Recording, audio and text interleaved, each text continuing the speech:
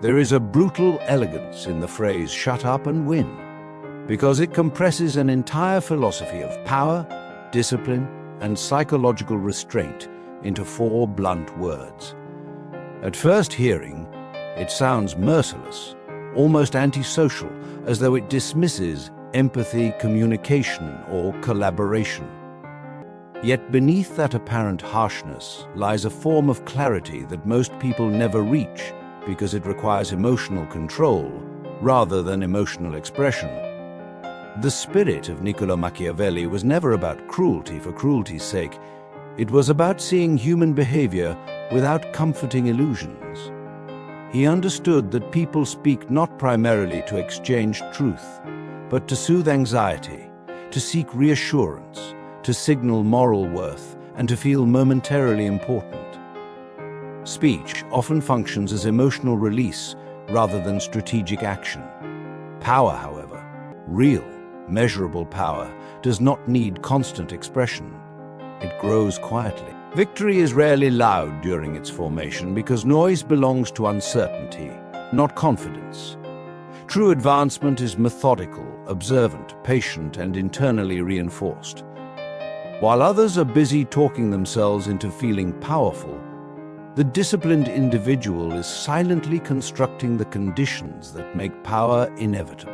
Most people narrate their intentions long before they execute them, mistaking expression for progress. They announce goals, broadcast strategies, and explain dreams while those dreams are still fragile and untested. Psychologically, this behavior is understandable. Verbalizing intention releases dopamine, giving the brain a premature sense of completion. The mind interprets declaration as movement, even when nothing tangible has occurred.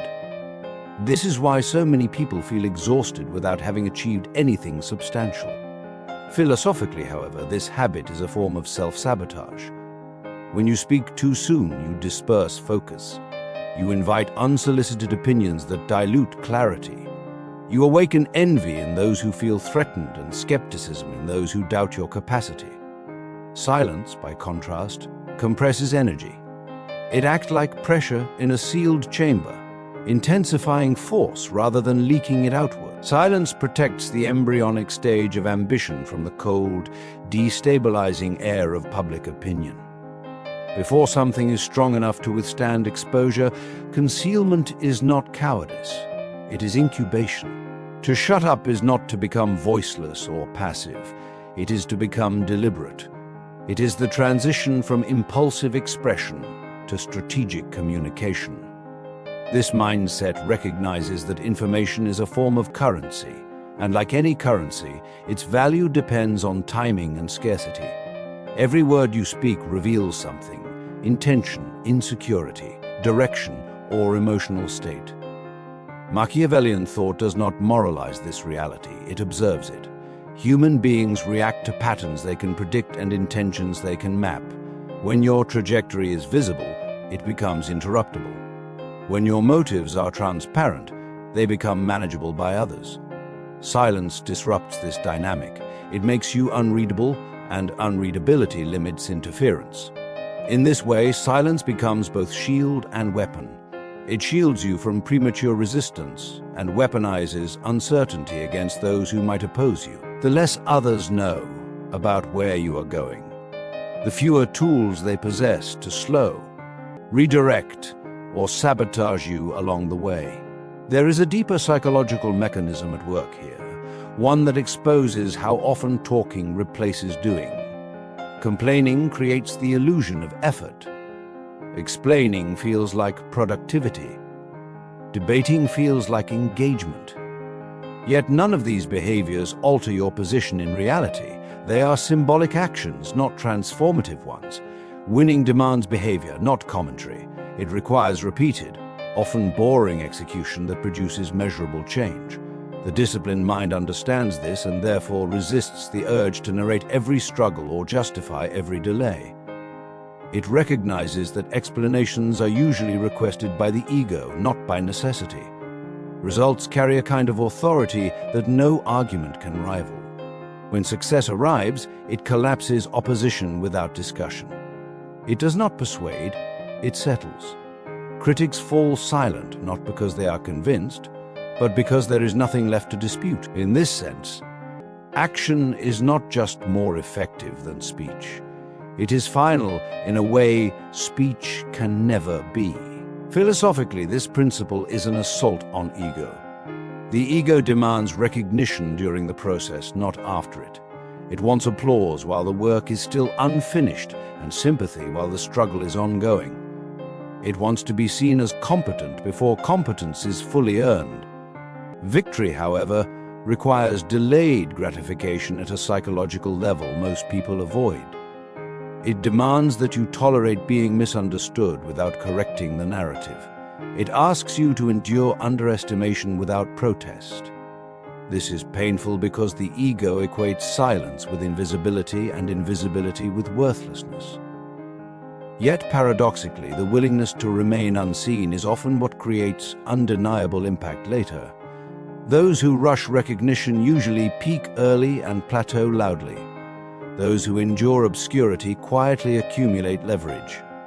When recognition finally arrives, it is not requested, it is unavoidable. Machiavelli understood that power operates within a theater, where perception frequently outweighs intention. He observed that when you speak too often, you give others raw material to interpret, distort, and weaponize against you. Words can be reframed, intentions misrepresented, and statements frozen in time while circumstances evolve. Silence avoids this trap. When you are quiet, you control the stage not by directing attention, but by withholding it. Your actions become your script, and actions are far more resistant to manipulation than language. In a world saturated with commentary, silence becomes unsettling. People distrust what they cannot read. They grow anxious around what they cannot categorize. This discomfort works in your favor. It keeps others reactive while you remain intentional. While they speculate, you execute. While they interpret, you advance. There is also a critical dimension of emotional regulation embedded in this philosophy, one that separates reactive individuals from strategic ones. Silence forces attention inward rather than outward. Instead of discharging emotion through immediate response, you are compelled to process, assess, and choose. When provoked, the untrained mind seeks relief through reaction, argument, defense, or retaliation. But silence conserves psychological energy. It strengthens executive control, the mental faculty responsible for long-term planning and impulse inhibition. When insulted, you do not argue because argument feeds the attacker's narrative. When doubted, you do not defend because defense elevates the doubt to legitimacy. When challenged, you do not boast because boasting reveals insecurity. Instead, you calculate, you observe patterns, you adapt strategy, you prepare quietly. This restraint is often misread as passivity, but it is the opposite. It is disciplined aggression delayed for precision. By the time action is taken, it is not emotional. It is decisive. And when the outcome arrives, it renders the original provocation irrelevant. That is not avoidance. That is mastery. Winning in this framework is not synonymous with domination or humiliation of others. It is about alignment. It is the alignment of intention with disciplined action over time. Many people lose not because they lack intelligence or opportunity, but because their energy is fragmented across performance, explanation, and validation seeking. They are busy proving rather than improving. Hours are spent constructing arguments to justify current position instead of constructing competence to change it. This is where the Machiavellian lesson cuts cleanly. Do not compete in noise, compete in results. Noise is infinite, cheap, and easily replicated. Anyone can talk, anyone can criticize, anyone can announce ambition. Results, however, are finite. They are scarce, they require effort, consistency, and restraint. And once achieved, they are decisive. No counter-argument can erase them. No opinion can undo them. In an environment saturated with voices, The individual who withdraws from noise gains disproportionate advantage simply by focusing on what actually moves the needle. There is a paradox buried within this philosophy that often confuses observers. Silence can resemble weakness. Restraint can be mistaken for fear or incapacity. In cultures obsessed with visibility, those who do not constantly assert themselves are assumed to lack substance. Yet the strongest positions are often invisible while they are being built. Strength under construction is quiet by necessity. A fortress does not announce its architecture while under construction because visibility invites interference. It rises stone by stone, unseen and uncelebrated. By the time its walls are visible, they are already fortified. The disciplined individual understands this timeline and does not rush recognition. They accept temporary obscurity as the cost of long-term security. This patience is rare because it offers no immediate emotional reward. But it is precisely this delay that creates asymmetry. By the time others recognize the strength, the window to prevent it has already closed. Another psychological truth emerges when silence is practiced consistently. The less you speak, the less you bind yourself to fixed positions. Public declarations create psychological prisons. Once you state something publicly, ego compels you to defend it even when evidence changes. You become loyal to past statements rather than present reality. Silence preserves flexibility. It allows you to adjust course without public embarrassment. It enables evolution without the need for explanation. You can pivot quietly while others remain trapped defending outdated positions simply to appear consistent. Winning often belongs to those who can change direction without spectacle. Adaptability, not stubbornness, is what sustains advantage. Silence is the space in which this adaptability survives. It gives you room to think, reassess, and refine without being tethered to yesterday's words. In this sense, silence is not just protective, it is liberating. In a society addicted to broadcasting every thought, emotion, and move, shutting up becomes a radical act.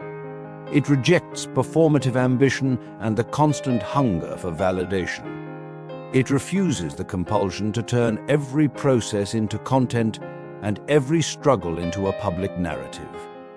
This choice prioritizes substance over spectacle. It shifts the locus of satisfaction from external approval to internal progress. When victory finally arrives under these conditions, it does not require explanation. It is self-evident. The scoreboard needs no commentary. The promotion requires no justification. The transformation speaks for itself. Critics fall silent not because they were convinced, but because there is nothing left to debate.